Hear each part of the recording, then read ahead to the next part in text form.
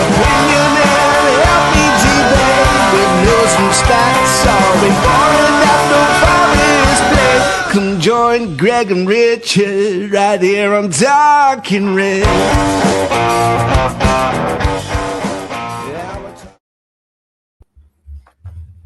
Hello and welcome to Talking Reds, a Nottingham Forest podcast brought to you by the Oklahoma Kid, Richard Spray, and myself, Greg Oram.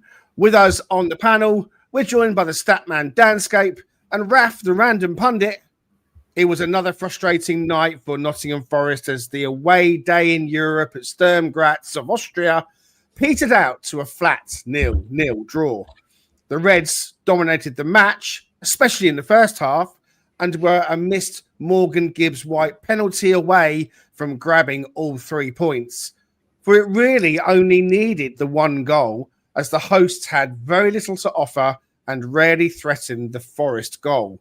Questions over the injury list, squad fitness and depth quality now dominate the post-match debates, as both McAtee and Kalimuendo couldn't see out the match. And while Sturm Graz didn't have much up top, John Victor in the Forest net still managed to look suspect when saving fairly regulation efforts on his goal. We'll dissect the key moments from last night, and then all eyes are on the visit of Leeds United to the City Ground on Sunday. It is simply now a must-win in the Premier League for Forest. Anything less and the relegation battle gets just that little bit harder. We need to see the same determination and endeavour that was on show last time out in the Premier League versus Manchester United. And this time we have to make sure we take all 3 points because the fight is on. You gotta fight for your right to party. Rolls it back to Yates at the corner of the penalty area. He fires over the cross. Gibbs, Yes! header! Forest score! Yates with the cross. Gibbs-White's header at the Trent end, and Forest are on terms. 2 packs a day. He's got the chance to cross. Does flicks off a defender. Jesus heads it down. Breaks. Yes! Getting there. Simona's first goal for Away your best porno man. Bust it. You gotta fight for your right to party. I do think it is about fight now, Richard Spray. I think that, this team, this spirit, this identity is slowly but surely coming together. And so the theme for me really is battle hard, fight hard. How you doing, buddy, over in Oklahoma? Good to see you on camera again, but I miss having you next to me, mate. Yeah, a fun 18-hour trip back from the UK to the US. But you know what? It was a very easy flight. Not a lot of turbulence. Not a lot of turbulence in the match at Sturm Graz either. But yeah, doing well. Disappointed. As you said before we got on, it feels like a missed opportunity. It feels like something that slipped away. You get that one goal in the first half, and you're probably looking at a 2 or 3-0 win, or it's, if worst case scenario, 1-0 win. But yeah, feeling good. Very positive about the Leeds, match coming up. But overall, doing great. Had a great time in the UK. You guys were a huge part of that. So thank you. Amazing. If you're with us in the comments, please do let us know you're here. We'll give shout outs where possible and say hello. Brucey is with us. He says it was dull last night, very dull. And of course, he's wishing everyone a good morning. To the gents on the panel and Raf, as usual. Holly from Forest Women Fancast is in the comments. She says, so frustrating. They were there for the taking last night. The Morgan Gibbs-White penalty was very poor. Great to see you in the chat, Holly. We've been trying to kind of get you back on again, but Holly puts in the miles. She's going to the men's game, then she's going to the women's game. She's putting in the legwork, and we salute you, Holly. Absolutely brilliant, and a really lovely photograph on social media with you and the London Trickies, I think it was, and Stephen Crean was there present with you as well. So great to see him getting involved still with the fans. Good morning, Raf. How are you, sir? Yeah, all right. Yeah, not too bad. I'm trying to, as per usual, keep positive. There were actually some positives from last night. And, well, none least, actually, a clean sheet, which is quite a rarity for us. And we got to see that John's not up to it, really, to be honest. And we didn't concede a goal while finding that out, which has got to be a massive silver lining. But yeah, other than that, yeah, not too bad, hanging in there. Excellent. And Danscape's with us as well. Good afternoon to you now, Danscape. How you doing, mate? Good afternoon. Yeah, I'm all right. I watched the game at my parents' house. I had a meeting in Nottingham, so I went there, and my brothers were there as well. So it's kind of a good evening to get together and watch the game. It was just a shame about the fact that I can't even remember what happened in that game, apart from the penalty. It was not the most exciting one, but it was a good evening. Well, we will talk about last night's match and the positives, if there were many or any, and of course, some of the talking points around the penalty and missed opportunities. Go ahead and hit like and subscribe, please. And if you are listening on a podcast, by all means, get your keyboard fingers out and give us a 5-star review. We're going to talk about the Leeds game as well in the second half of the episode. All right, Richard, give us your general match thoughts on last night. The team came out. It was kind of in line with our expectations. Lots of changes. What did you make of it all? Yeah, kind of like that statement by the Sean Dyche when he said it was a threadbare squad, right? Which was pretty evident. I thought there were, but when you go back and watch, there were some key opportunities that were really unfortunate. I mean, you can focus in on the penalty because that was an obvious unfortunate outcome for us, because that really would have set a different tone. I think, as I said, kind of just in the little opening there, if you get that 1-0 right before halftime, you're going in with some momentum and you probably win it 2 or 3-0, I think, because you just have a little bit more energy. But when you miss those kinds of opportunities, it really deflates things a little bit. And it seemed like that's what happened, because I don't think it was too far after that it looked like they were scoring a goal. Clearly it was an offsides, but it was still we got broken down a little bit. The opportunity that McAtee missed, the header from Yatesy, I mean, those things seem like upon review just seemed like golden opportunities, and that didn't get taken. And it was sort of that snake bitten in the final third, snake bitten in the box, which we've seen under Ange as well. We definitely we look more solid defensively, clearly. There's been some mistakes and some frailties at times in the set piece area, but I think overall we look like they didn't look like they were really gonna stress us too much in our side of the pitch, but just frustrated because it felt like it was all there. Holly kind of stated it perfectly. It was all there for the taking. And I think the manager even said that, Dyche said that after the fact. He was like, it's just when those moments, when you don't take those opportunities and you don't finish the way that you can, it is very disappointing. But I think you go out, you still get the point, you still move forward. We still rested some key players. I thought Nico was absolutely incredible last night. I mean, he was everywhere and doing as much as humanly possible to try to create opportunities and find creases and fracture points within their defense to try to exploit. And he's just a hell of a player, isn't he? I mean, it's just unbelievable. Every week you just get more and more excited about how far he's come as a player and what he means to the squad as well, just in terms of who he is as a person, and the kind of positivity that he brings in that arena as well. So yeah, I'm feeling better today than I did last night. I was a little bit irritated, but looking forward to Leeds and hoping we can put in a good performance in that and get some points on the board come this weekend. Sure. I thought we dominated the first half. I think everyone would agree with that. It was there to see. And you're right to point out, Nico, we say it week in, week out at the moment. He is just so consistent. And consistency is the word for any successful team. If you're consistent and your players are consistent, then I think that's going to lead you to success. But Raf, you've spoken about John Victor already, and Richard's right. They didn't really trouble us, but he had 2 shots of a similar nature, and he did the same thing with both, in that he parried it into danger. The first time, obviously, the goal was given for offside. Thankfully, the second time, the defense was a bit more lively. So are you saying you've seen enough now and he's basically Carlos Miguel Mark II? No, I wouldn't say. Again, not having had that many reps, I'm not totally writing him off. But when you're looking at Sells really not on form, and you kind of go, well, is someone going to step up and could actually be put in or even push Sells properly? And it wasn't that type of commanding performance, which goes, brilliant, we've got someone that can push Sells. And so that's just the disappointing thing. But at the same time, he didn't have very much to do. Yeah, look, we didn't concede goals. It was quite lucky, I guess, with the offside. It's not disastrous, but it's certainly not the resounding, oh, we've got a great number 2 that can step up to number 1 if we need to. Yeah, I think I agree. I think everyone would agree. I think it was the first game since Swansea that it made sense to make the switching goal, just to give Sells that chance to step out.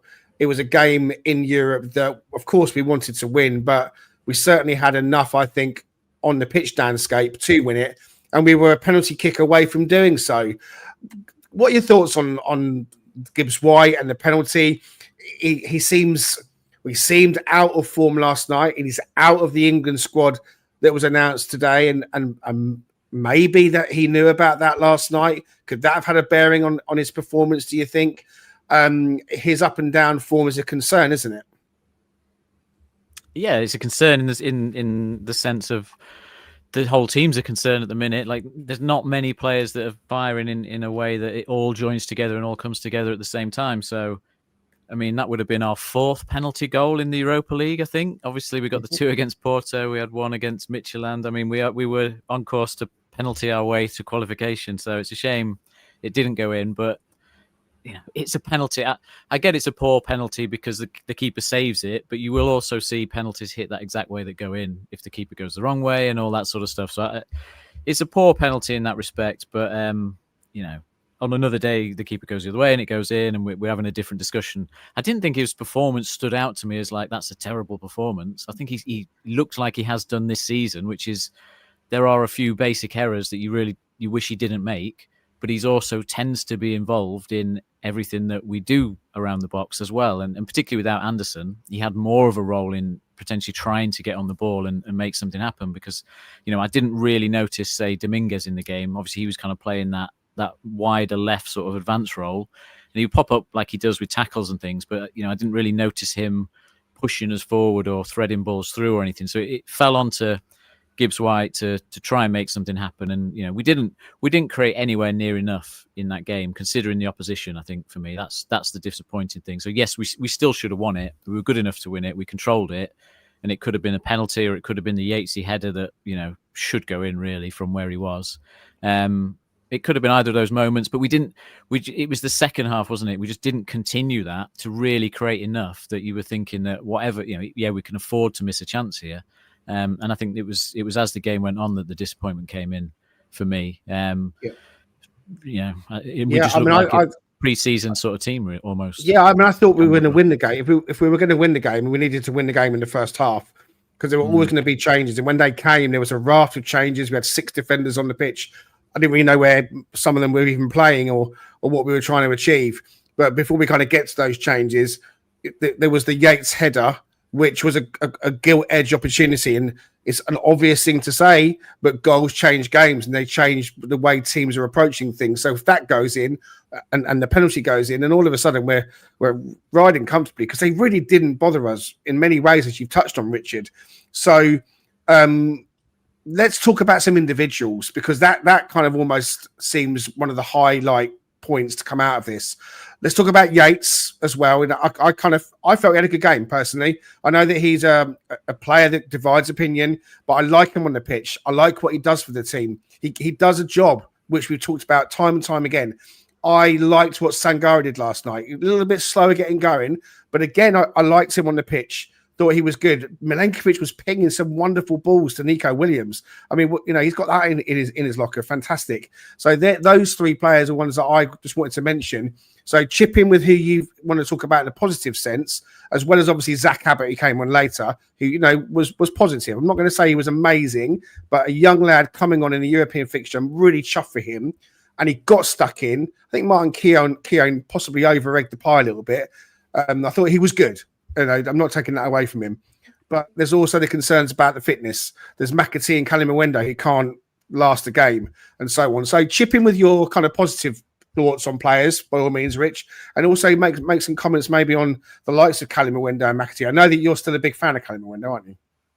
Yeah, I'm not quite in the camp that he's a bust at this stage. I think it's just there's not enough time logged, I think, to really see that, and you've got to take into account he's a young player and he's a young player coming into the Premier League. We all understand how challenging that can be, especially from a player, trying to get acclimated to our culture in the UK and all of that. So, I mean, there's a lot of stuff surrounding that. He didn't really affect the game significantly, Kalimuendo, but I don't think he looked bad. I mean, there was moments too in the second half where he was cutting through some players. He looked a little bit more lively. He looked like he was trying to garner a little bit more confidence. The thing that I think stood out for me when you said from Yates, because I did think he played well. And I don't think McAtee played as bad as everyone thinks. I do think he kind of ran out of gas at some point. There were moments where, and what I like about McAtee is he tends to do the basic things right. At least that's the way the optics, are for me. There was some moments where he had some nice dueling. I think he won the ball off opposing players in their half and turned it around and tried to get things moving. He's clearly good on the ball, and you could see evidence of that in the match. But I think there's one moment, and I know Raf will like this because this is what he likes about true leaders. When McAtee missed that shot that honestly he could have done better with, right? I mean, that was a beautiful set piece play, well orchestrated. He comes and makes that run perfectly timed, and he pushes it wide. Yates comes over to him immediately and just taps him on the back and says, "It's okay," and kind of claps at him like, that I don't think we can understate how much that kind of leadership and that kind of engagement and conversation means. Because when you're trying to get these players up to a certain level and continue to build their confidence, you need guys like that who have credit in the bank with what they've done throughout professional football. And I think that's the kind of thing we need right now on the pitch. Yates is a much better footballer than I think I give him credit for at times.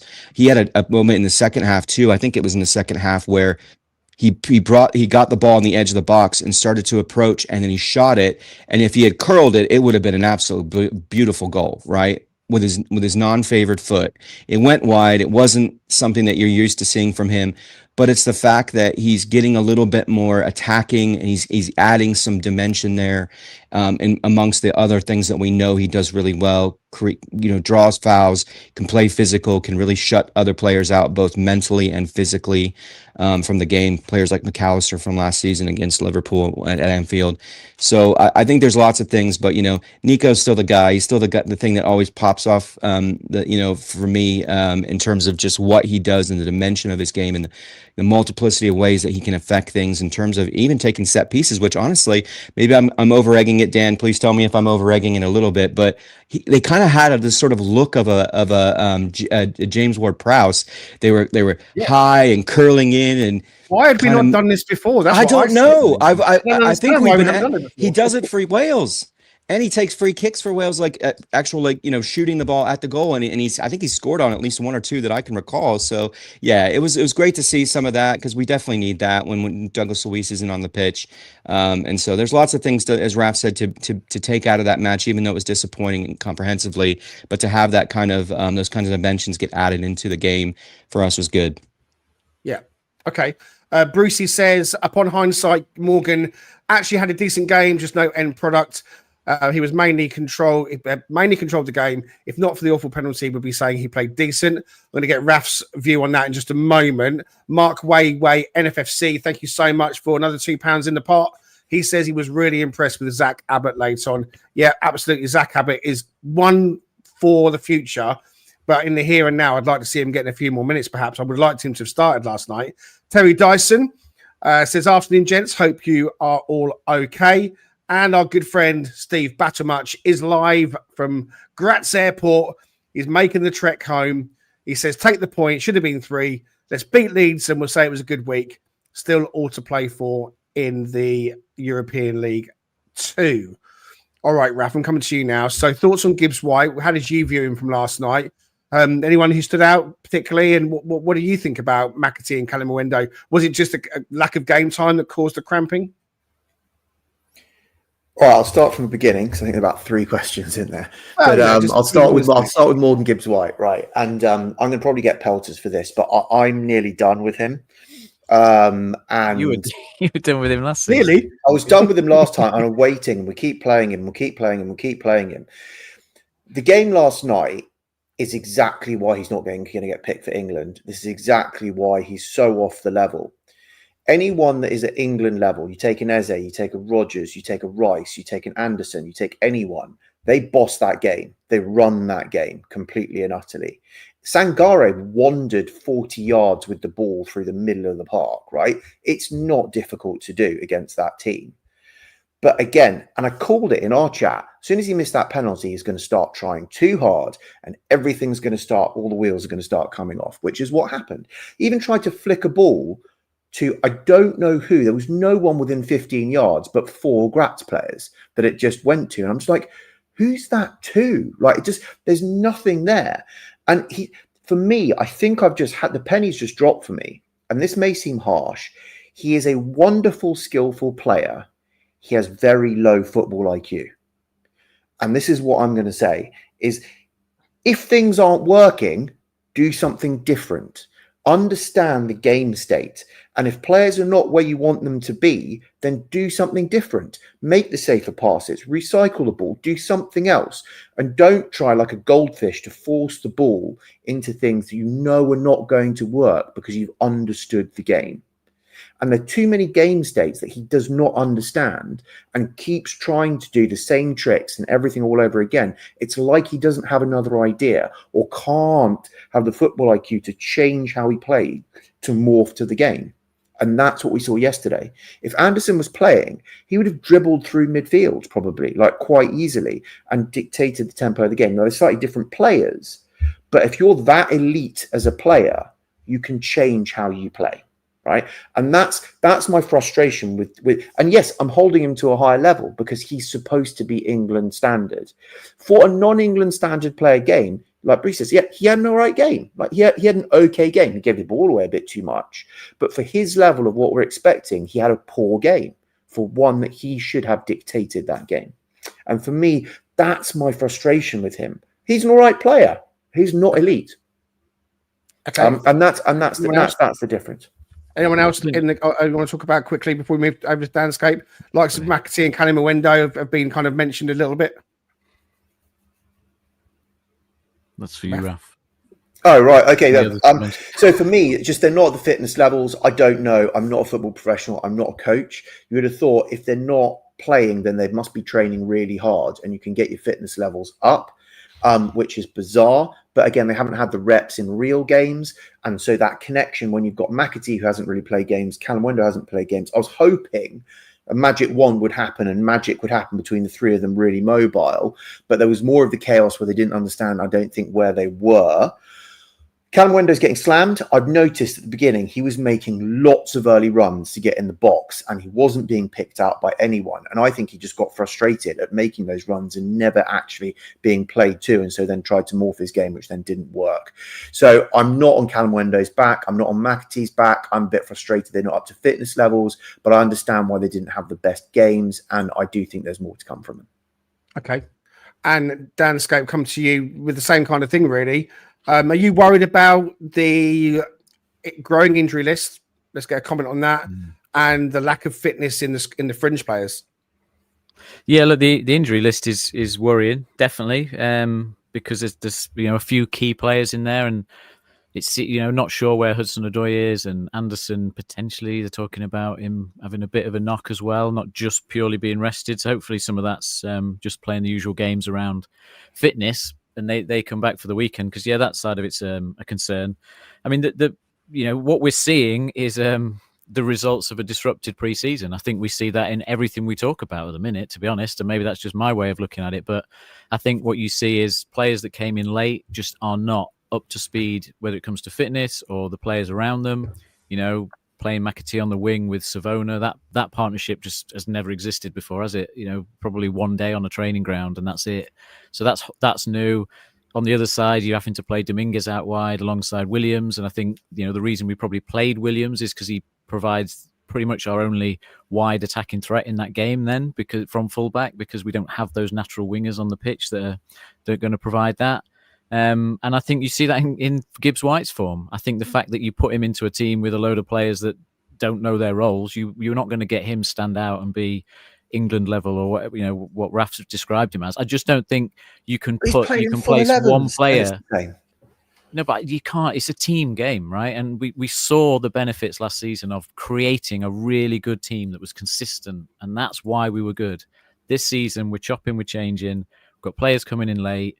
You know, players in different situations and different positions in terms of what they expect out of the club and all that stuff. It just doesn't feel like we're fully, aligned. And whatever Dane Murphy used to call the true north and all that stuff, which I used to think was management speak nonsense, but it kind of makes sense, right? And I think, I suppose where we are is last season. The comparison I'd have is those cup games we played last season. We played a second string team, right? We were playing players that were out of favour or not really pushing to start games like Ward-Prowse or Moreno and all that. But we found a way to get through those games, and we actually looked good in a few of them. Like when we played Newcastle in the Carabao Cup early on, and Abbott played, and Omobamidele played. These were players that weren't expecting to have the same impact as the likes of McAtee or Kalimuendo, but they still came in, and the team looked good, and everything seemed so upper level from what that was last night. Certainly in the second half. Like first half, I think we did do all right, but we just faded a bit, and I just think we're seeing the results of what's happened before. And we just have to try and get through this period to find some consistency now. And it's that word again, consistency. Anderson was left out entirely from the squad last night, which I think was the correct decision. Apparently, he's been carrying something or playing with a bit of pain. Deitch mentioned it after the match, and Thomas Tuchel has said the same thing in his press conference this morning. He's been included in the England squad. He is expected to feature against Leeds, but as Steve said in our chat, it would be quite handy for him to play against Leeds and maybe then withdraw from England. That would certainly be better for Forest, I think. Morgan Gibbs-White stays back at Forest during the international break. Again, I think I see that as a positive from our point of view. I still think he's a key player for us. There's something that just hasn't clicked for him this season, and it does go back to the pre-season and all the disruption that he faced. So there's so much going on, and everything that's going on as well in our squad is kind of mirroring season one back in the Premier League when we had a lot of injuries. Everyone's slated us for signing so many players, but thankfully we did, and thankfully we had a squad, because I remember we lost two centre-backs in the same game in the same 30 seconds. In one fixture, and other players were falling out. So whilst we seem quite thin, I think last night the lack of Hutchinson and Igor Jesus and Chris Wood certainly, amplified, the squad looking so thin. And obviously Hutchinson was a squad issue. I expect that to be rectified in January. As much as it pains me to say it in front of you, Dan, I think, Willy Bolly's almost becoming like a bit pointless, if I'm honest with you. He's going to need to get left out of the Europa squad come January. But, before the game, we were all saying, look, eyes have to be on the Premier League. That's got to be our focus. Let's change the team entirely. I called for as many changes as possible. I still felt we could win the game. And if I'm honest with you, I think Sean Dyche did enough to kind of coach the team towards a victory, because the Yates chance and the Gibbs-White penalty, there's your two goals there. That's your win, isn't it? In those two isolated moments and the way they were set up, there were more crosses going into the box, I noticed.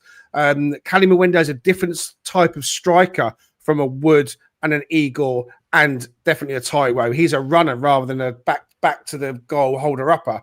So, it's about adapting to play. And then we talked about the disruption of all the subs coming on. I mentioned to Richard off air, when I saw Murillo getting ready to come on, I thought, well, the back line looks sorted. Why are we bringing him on? And I allowed myself to believe for a second that he was going to go and play in midfield or go on the left wing or something. I just thought, please let it happen, but alas not. But look, we come away with the point, and I think, on reflection, yeah, positives. Raf, you're right. A clean sheet, really important. And we had to pick ourselves up, and we focus now on Sunday, which we're going to talk about after the break. But just before we do that, finally in the comments, Steve says Sangare was a real plus last night, and the two Nicos gave their all. Binit Patel, hey buddy, good to have you in the chat. He wants Mick Morgan dropping. He says it's for his own sake and for the team's sake. Terry agrees about Ryan Yates, saying that we all need a player like him, and it is baffling that the hamstrings are happening in so many areas. Blazer says the most frustrating player is Morgan Gibbs-White. He says he's overrated. Dr. Anna is with us. She says she's only just logged in. She's feeling frustrated by last night, more so than she has recently, perhaps just a drop off from last season. and need a reset. Okay, let's focus on Sunday. We'll do that when we come back after this break. The Cheese Trader, based on Grape Lane in York, is a cheese lover's paradise. Home to some wonderful specialty cheeses, relishes and chutneys, and also with a fantastic street food menu. Try their loaded fries or posh cheese on toast. It'll be the best you've ever had. Owned by Forest fan Stu Freestone, the Cheese Trader proudly sponsors Talking Reds. Quote Talking Reds every time to get 10% off your order. The Cheese Trader and Talking Reds, the perfect cheesy mix.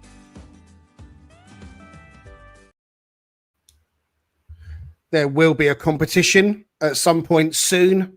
The details we will reveal when we've worked them out. And that will involve a shirt giveaway, courtesy of the Cheese Trader, and a cheese hamper as well. So in the meantime, do go to the Cheese Trader in York for 10% off, quote Talking Reds. All right. We got through that first portion, guys, inside the 30 minutes, which is very good. We've got about another 30 minutes left.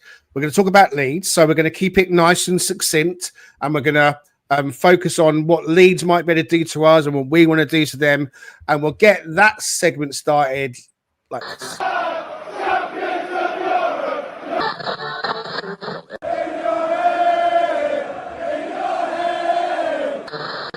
Send them back to East London! We send them back!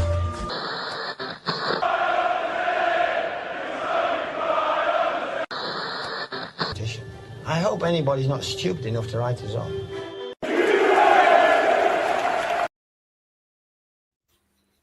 Before we get to general thoughts from the team here, let's hear how Leeds might be lining up against us, Raf.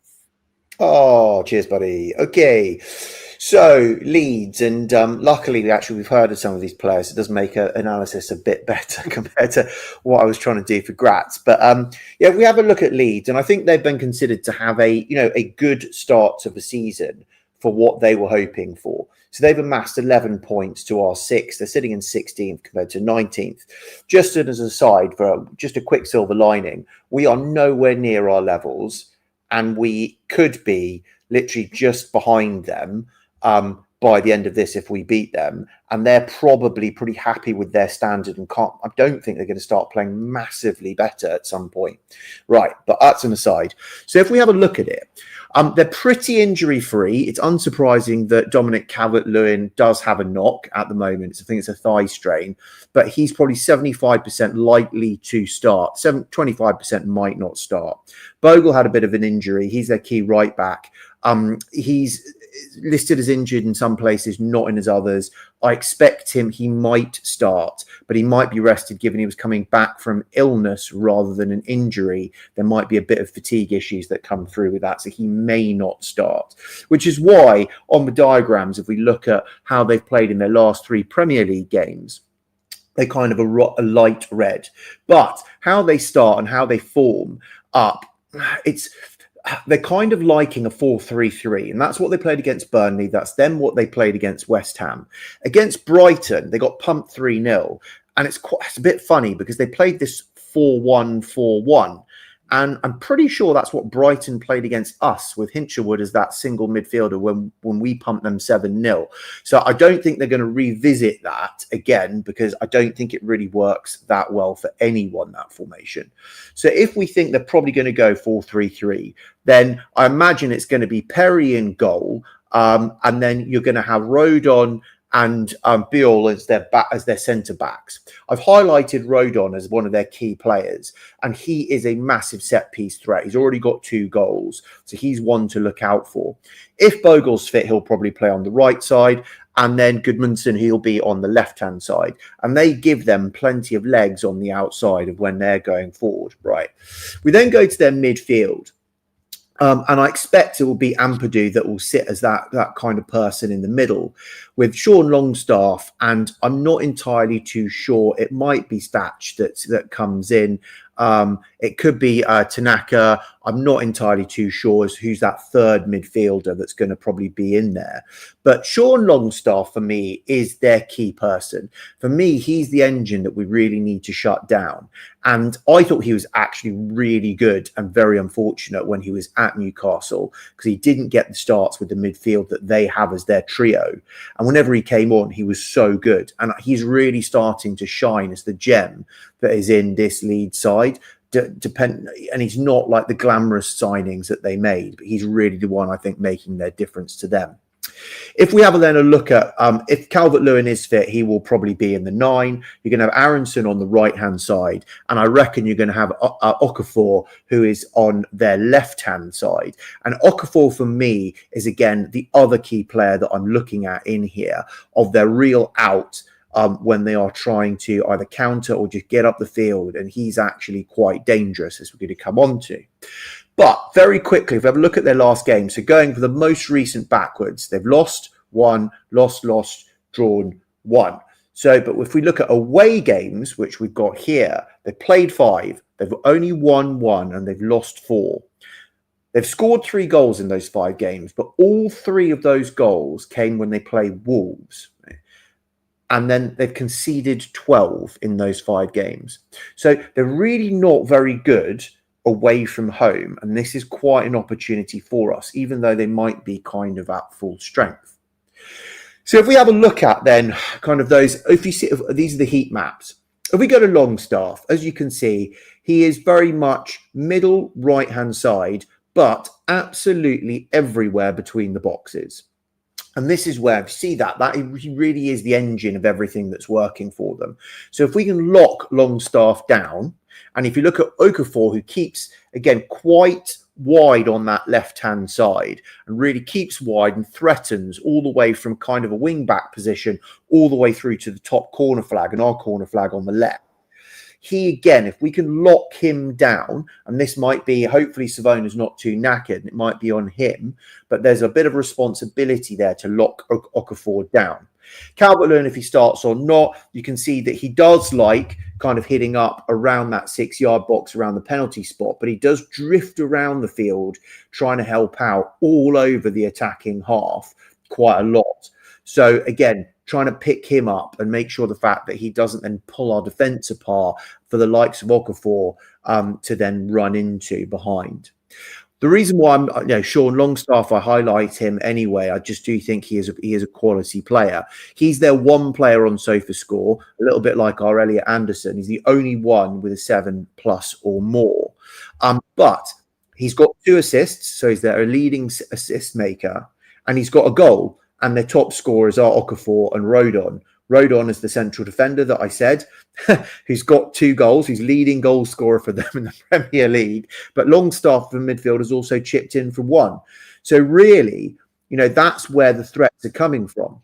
But it's interesting. They've only assisted 3 times in the league so far. Longstaff with 2 and Statch with 1. So you're not seeing a huge amount of complex creativity of slotting people through. There's a lot of individual brilliance that they're getting from set pieces or open play where players are just making what they need to themselves rather than goals being created. So it's just something to look at there. What I wanted to highlight up very quickly, I know it's an opposition review and maybe one to throw out there for afterwards, is in the game actually against Graz, I was of the opinion that, yes, Milenkovic was doing some really lovely long balls, and I do think he's a better long ball distributor than Murillo. Controversial, I know. But Morato, yet again, when called upon this season, has had a better game than Milenkovic. And right now, if we're looking at our drop-off of what was so important to us last year, Sells and Milenkovic bringing in and having worldy games. Neither of them feature in our top players whatsoever from a form perspective. And again, Graz, I was worried about Milenkovic getting caught out a couple of times against a very average side. So potentially that's one to talk about.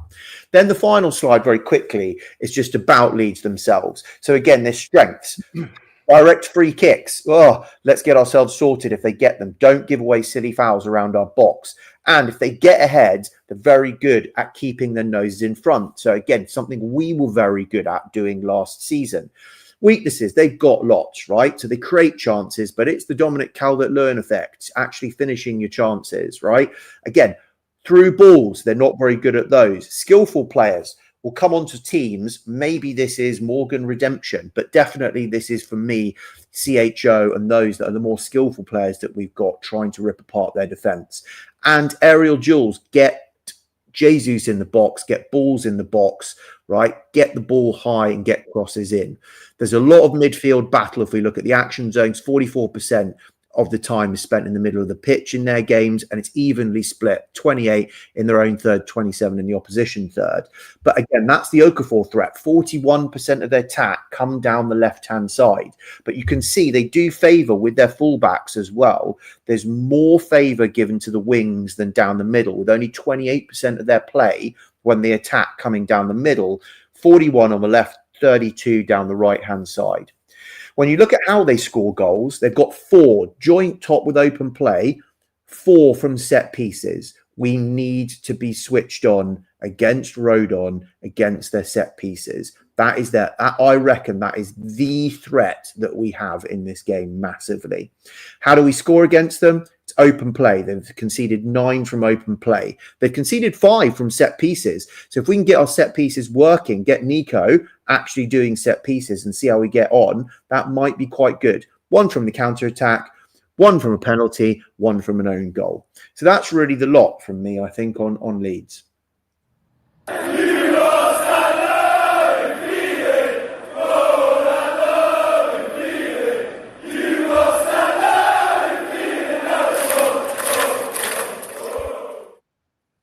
Fantastic as ever. Thank you very much, Raf. Very concise. And yes, we probably know more about Leeds than we do Sturm Graz. Interesting point of debate on Maratio Milenkovic, which we will get into, I'm sure. But I think it's probably a good point to back up what you've just been telling us with a little bit of this. I'm a Statman. Fazendo som, Pedrinha Moraes fazendo som, fazendo som, e Pedrinha Moraes fazendo som.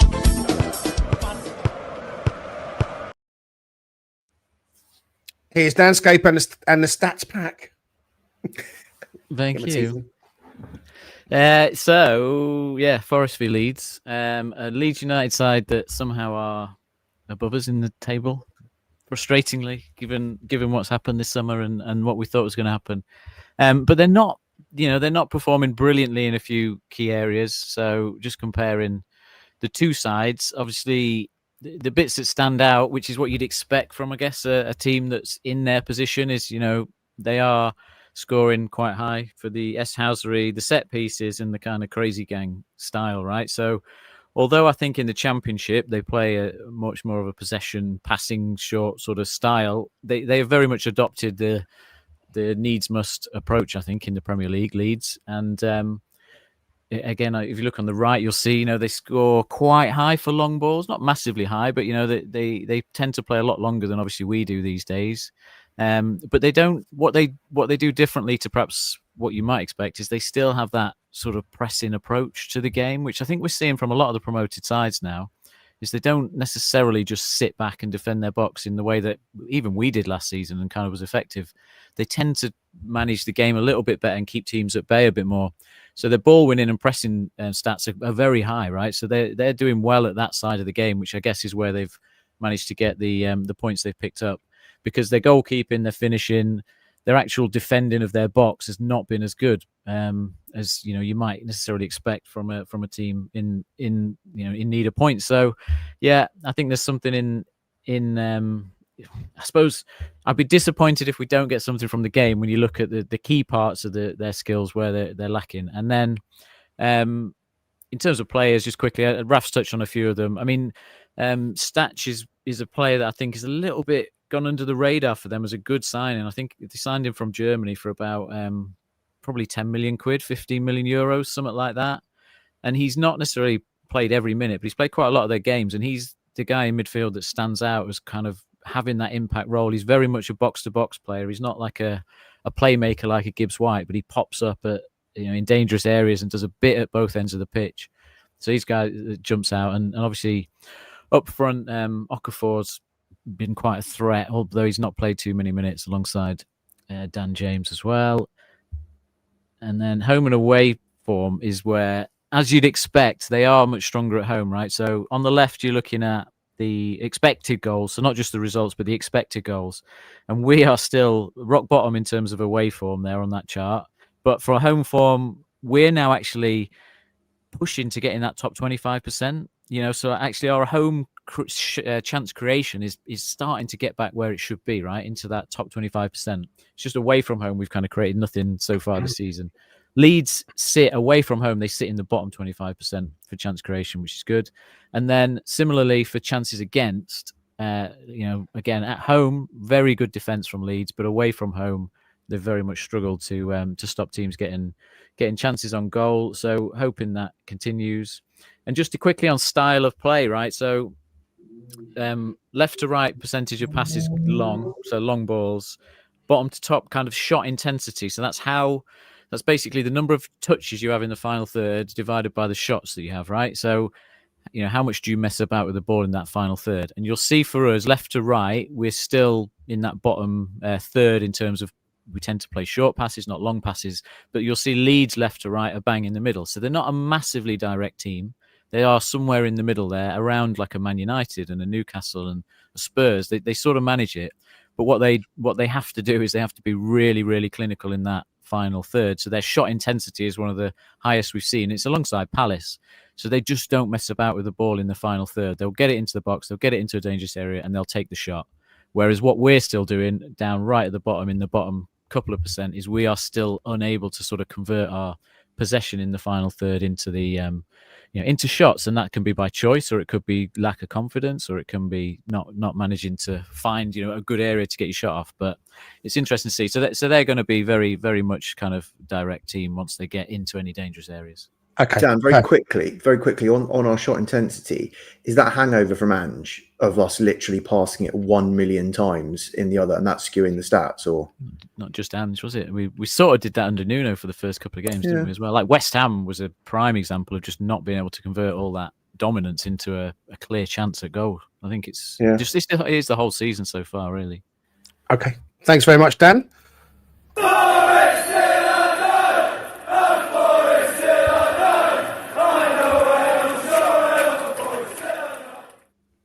Onto our teams then. Let's take a look at who we would pick for this match.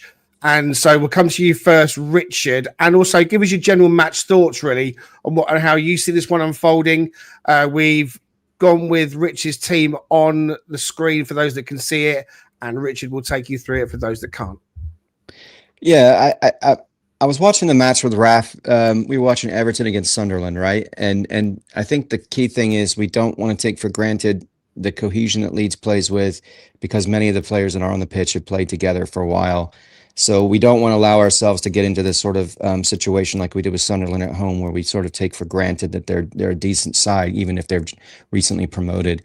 And I think it's about a mindset, sort of, in my mind, looking at how Sunderland approached, even though they were getting dominated for about 25, 30 minutes of the match against Everton, they really started to kind of dial things up. And I feel like it's easier said than done. I realize it's not just a switch that you can flip all the time, but it feels like the mentality to me at times is lacking. And maybe that's around the fitness, whatever the case may be. Maybe that's around a lack of confidence, whatever you want to attribute that to. But getting that kind of level of performance feels like we did against Brentford, now that that's become somewhat of an aberration this season, I feel like it's there. I feel like the ingredients are there. But in terms of looking at the team, the way that I approach this is, again, just getting some of the best players on the squad, but getting a balance of other players who I think provide some intangibles. Yates being at the top of that list in terms of organization. Greg, you've often talked about his ability off the ball to kind of get people where they need to be, to kind of, push people to kind of in a very positive way, not in a shouty way, in an aggressive way, in a way that's, I think, is very representative of who he is as a leader and what he means to this team. And when Luis isn't on the pitch, he may not provide all the creativity that Luis would have, but I think he gives you a lot in terms of creating difficulties for teams to break through our midfield. So having him on the pitch, so I've got from a defensive standpoint, Sells in goal, Savona, Milenkovic, Murillo, and Williams, something we're used to seeing, pretty much match in and match out. Then you have Yates, and then you have Anderson coming back into the squad with a little bit of rest. I know he might be dealing with some knocks and he might be dealing with a little bit of pain, but hopefully he can play through that. And then I kind of wanted to take a little bit of a different approach with folding in a player who I think has a lot of creativity and a lot of, he's dynamic on the ball. And he had when he's come on, he feels like he's shown flashes of being a player that can continue to develop into something really special. And that's Omari Hutchinson. And we know he's not included in the Europa squad, so he's primed for a start in my mind. It may be a situation, since I've got him lined up in that 4-2-3-1 as part of that 3. He's on the right. You've got Gibbs-White in the 10, and you've got Hudson-Odoi on the left playing his wing role. And as Raf said, it feels like he's the kind of player who can unlock Leeds a little bit and create problems as he does. The question I have, if he's not fit, then you could slot Ndoi in there potentially. Doesn't play the same way, obviously, but he still plays pretty direct, and he's still been effective at times when we've seen him on the pitch. Bringing Igor Jesus back in as the striker, to me, would be a value. As Raf stated, he's good on set pieces. He's good in the air, and he's a bit better, I think, in hold-up play and link-up play from that striker role. Definitely better than Kalimuendo at this stage. Does things a little bit better and has a little bit more athleticism. He's a little bit quicker than a Chris Wood. He doesn't offer probably the same in the defensive side of it when on set pieces that Wood does in terms of helping clear the ball, but I still think he has a lot of dynamism to him. And I'm really looking forward to seeing him get his first Premier League goal. And, spoiler alert, I think he'll get that in this match. But I think that's a good balance in my mind of a lot of different elements, and hopefully that's something that we can do to kind of carve through Leeds, because it does feel like one of these matches that we could have a Brentford-like performance, because as Dan said, they're not good away. There is the propensity to get broken down, especially in open play. We definitely have some height and some physicality to get at them on a set piece side of things.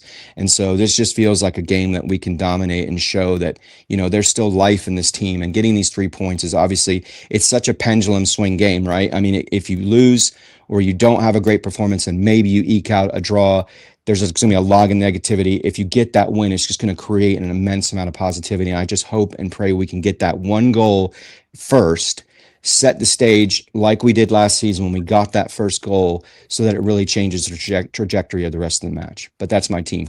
Okay, thank you very much. I mean, for me, Leeds are a target. This has got to be seen as the biggest game of the season, obviously. At the moment, none of the promoted teams are in the bottom 3. And let's suggest that none of them get relegated, and that it is 3 of the already in the Premier League teams that go down. And at the moment, anyone would say that that's West Ham, Wolves and Forest. And if it's not to be Forest, I'm wondering who else out of that bunch it might be. So my view is that we have to try and pull back in at least one, if not more, of those promoted teams. And we've talked about Leeds and Burnley being the obvious candidates, given Sunderland's really good start to the season, that probably will see them safe, barring any major drop-off. They've recruited well, they're playing well. So I'm looking at the Leeds game as an absolute must-win. Anything less than a win for me is a disaster. And I don't like using that strong word, too heavily, but I think it is a disaster, because we have to make sure that we capitalise on being at home. Last week against Man United, I was really impressed with the comeback. Albeit we didn't get the win, we still came from a goal behind. And so I'm keen to see a team set up that can do that. And spoiler alert, there's no difference in the background, I think, from any of us. So I've gone with Sells in goal again, Savona, Milenkovic, Murillo and Williams at the back. And then again, and Anderson and Yates, it's a 4-2-3-1. Anderson, Yates in the midfield. The thing where I've kind of like maybe rolled the dice a little bit. And again, I must admit, I forgot about Hutchinson. And when I saw Hutchinson in one of the other guys' team, I thought maybe I'll swap McAtee out. But then I thought, you know what? No, I'm going to leave McAtee in, because I think he is a good player. And I think Richard, you were right. He wasn't as bad last night as people were making out.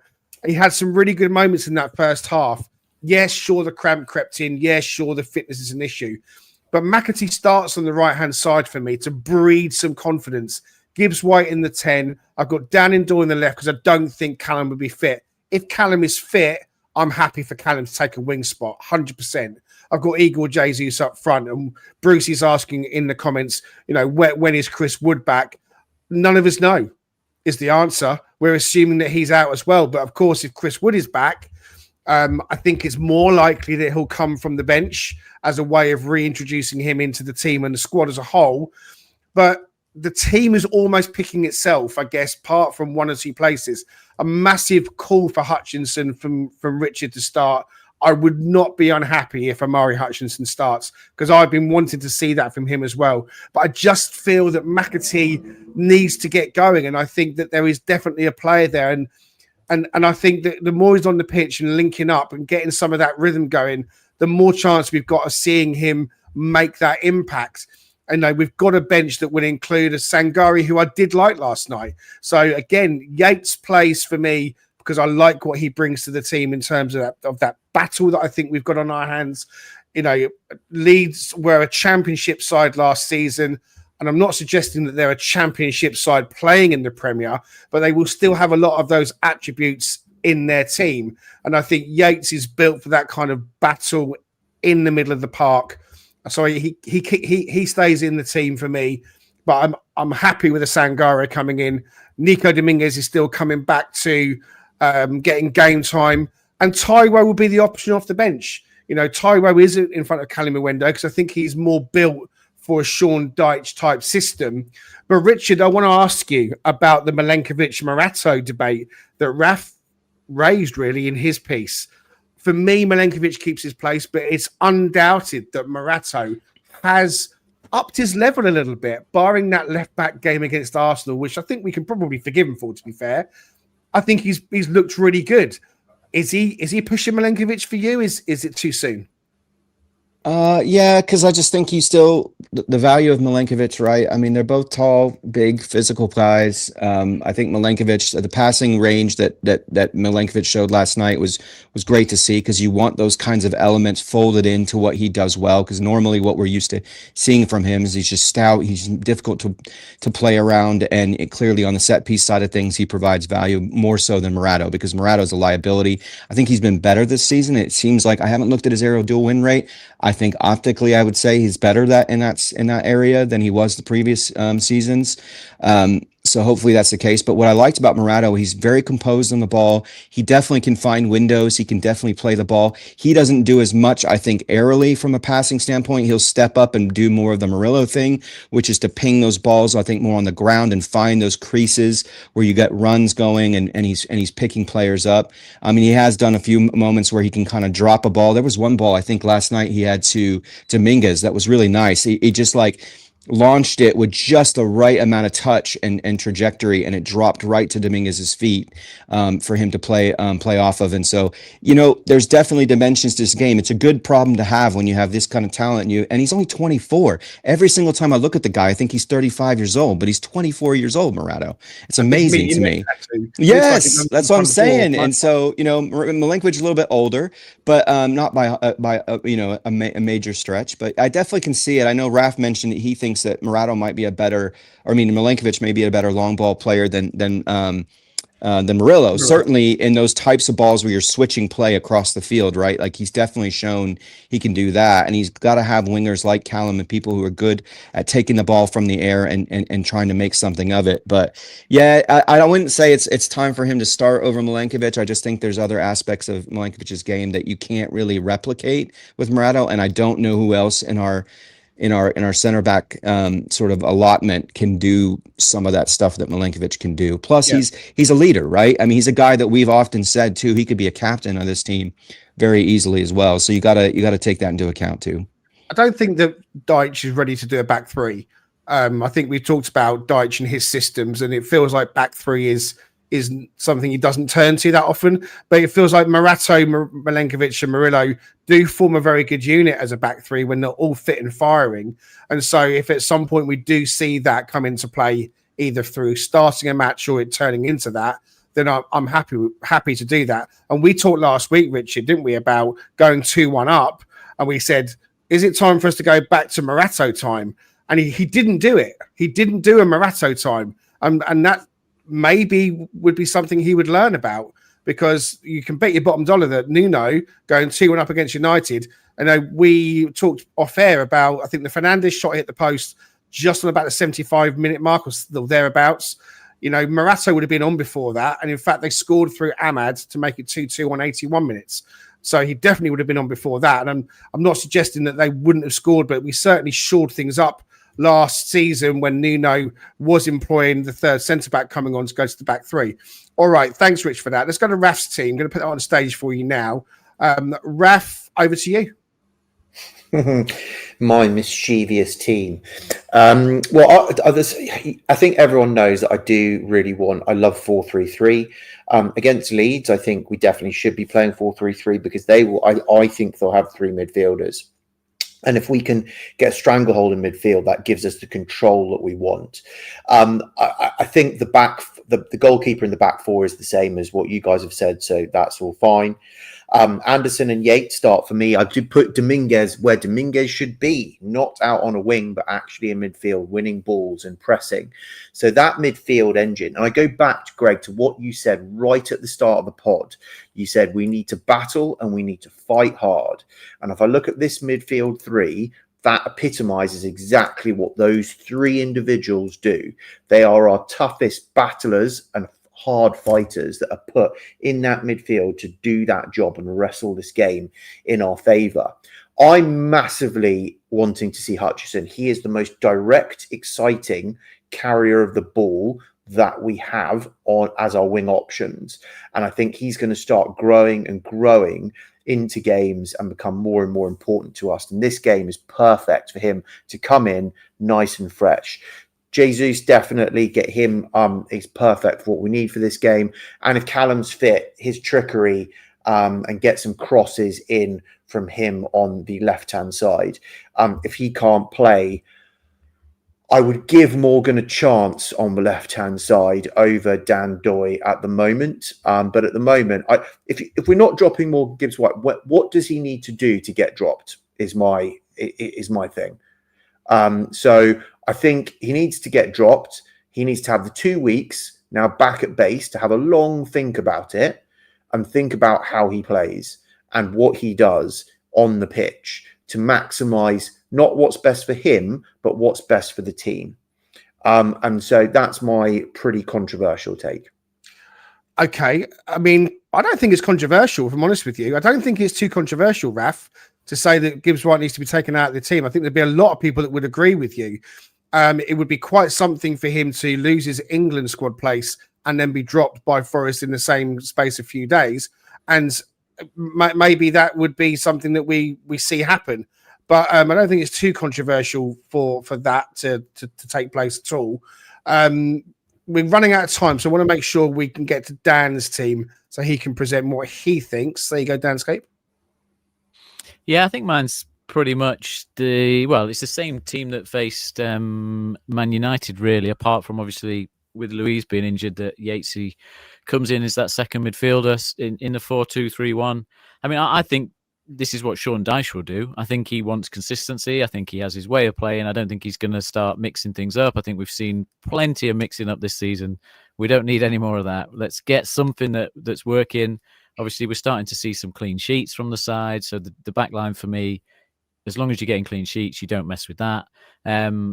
I think the partnership of Savona and Ndoye, I think partnerships, and again, it's a team game, right? You can have a really talented player, but the partnership of Savona and Ndoye, we're starting to just see it build a bit, that they've got the understanding, which allows Savona to get a little bit further forward because he knows how to do it, when to do it. And I think potentially if you play Yates on that side as well, it provides that bit of cover for those guys to try and provide a threat, because Leeds are going to sit and try and make life difficult for us. And sometimes it's your fullbacks that have to unlock the game because they're the guy that the opposition will leave spare to have the ball and have a bit of time on the ball. And you're saying to them, well, go and then try and hurt us. And so we need Savona and Williams to be able to make those runs and overload areas. So for me, it's pretty familiar. Obviously, Hudson-Odoi, when I looked on the FootMob or SofaScore app, it kind of said he was out rather than doubtful. So that's not a good sign. So we might end up seeing Hutchinson or McAtee come into one of those roles, which, fine. Like to see him. I don't. It's not an ideal game for that kind of change for me. I think this game is all about not making our lives any more difficult than we need to. I'm not expecting us to go out and steamroll them, 3-4-0. I just think we can't afford to have any lapses or disjointedness in our defensive setup. And then we just need to take our one or two moments that will come along in the game, whether it's a penalty or a half chance. That's where we're at as a team right now. Anything at all to get a point, and that's all we're looking for. It has to be about being solid and not having to second guess what we're doing as a team. I think if Hudson-Odoi is fit, I think he plays. I think he's our best winger, but it does look as though he's going to be out. Dan N'Doye has shown that he can be very good and maybe be a little bit more tepid at times as well. So maybe all eyes are on Amari Hutchinson to come into the team. Owen Bailey says Sangare, for me, thought he was the best player last night. He also says that Leeds are a very big side as height, and he's fearing set pieces on Sunday again. It definitely feels like that's where we can get hurt. I was quite pleased with how the set pieces that we delivered last night went, and we talked about Nico's delivery. So it'd be interesting to see if he's back on them ahead of the game, or in the game rather, on Sunday. All right, we've got ourselves, I think, out of time. So we'll go round for closing thoughts, and we'll grab some score predictions. I'll come to you first, Danscape, this time for your score prediction and any closing thoughts for the match ahead. I think we win it 2-0. I'm going with a 2-0. Not comfortable 2-0, but a 2-0 whereby we get a goal up and then we get a second one late on just to shut up and seal the game. We really should. We have to take the game to this team, and we have to get something out of this to start turning the season round. Yeah. Okay. Thank you very much, Raf, the Random Pundit. Cheeky 1-0. Loved it last season. Let's get it back. Cheeky 1-0. Anything closing, mate? No, all good. Let's just go with massive positivity. Believe we're going to win. Manifest it. Love it. Absolutely love it. Richard Spray, back home in Oklahoma with your family, who I know would have missed you, but we miss you as well now you've gone, buddy. Any closing thoughts to add to your score prediction, mate? Yeah, real quick, I want to shout out to Brucey, who is one of the most consistently supportive guys. I mean, there's so many wonderful people who join our lives and who just support us as a podcast. But he's actually with Moira and Barrett right now. They often listen to the podcast when we have these ones where it's early for Brucey and I in the more early parts of the morning. And so he's on his way to school to drop off Moira and Barrett. So shout out to Moira and Barrett who are listening right now, and Brucey. I'm with Raf. I think it's a mindset thing for me. I mean, I've talked about this before. There was a player in the NBA named Kobe Bryant, who many people probably know. He just had this way about him, and he just refused to let the guys around him not play to the levels they needed to. And having a guy like Ryan Yates, who's a very different personality than Kobe Bryant, obviously, but in terms of bringing the best out of the team and having this, like, we treat every match like we're playing Real Madrid. And I want to see that same approach. I want to see that second half Sunderland against Everton, like I mentioned, where it just feels like we're suffocating and there's just this intensity and relentlessness about us. It's easier said than done because these are professional footballers who have to run a lot and do a lot of things physically. But I think the ingredients are there for that to happen in this match. And so I'm going to go with a 2-0 win. Just like Dan said, I think he's right. I think we get that first goal, which we know is key. It was everything to us last season. Coming from behind is not usually our way. It was a bit of a shock to us, right, Greg, when we did it against Manchester United. But I think seeing that first goal go in, I think it's an Igor Jesus, and I would love to see a cheeky goal from Amari Hutchinson, maybe a shot from outside the box, because I know he had at least one of those in his locker last season for Ipswich. Seeing something like that just to really galvanize the team and really push us forward, in the Premier League and help us start to make some inroads, because there's precedent. Wolves did it last season. Crystal Palace did it last season. And I think we can do it as well this season. Fantastic. Thank you very much. I'm going to say 1-0, same as Raf, because that's what I had in my head. We're just not creating enough open play chances to really suggest we can get a 3-0 win or something like that. 2 would be lovely. I think it's more likely to be 1. Echo what you said about Brucey, always tuning in, whether it's early morning or late afternoon. So, Bruce, member of the team, of course, now, but we love you dearly. And your lovely little daughter Layla's in the comments. Hi, Layla. Great to see you. Hope you're glad to have Daddy back home with you guys. All right. So we're out of time. we look ahead to Sunday. The Sean Dyche era is turning out to be, pretty okay, guys. Barring the away 2-0 defeat at Bournemouth. Quelle surprise, that happens every year. We've managed to beat Porto and go away from home in Europe and come away with a point, as well as really doing rather well at home to Man United. So if this is Sean Dyche's kind of mini pre-season, things are going in the right direction, much tighter, much more of an identity coming back into Nottingham Forest. Injuries are hitting the squad. It's not helping. Players are coming in and their fitness needs to improve. But when you listen to Sean Dyche speak, he knows exactly what he wants his players to do. Stone and Wone and Dyche huddled together on the sideline, deep in conversation. Let's trust in these guys. I think everything's going to be okay. Come on, you Reds.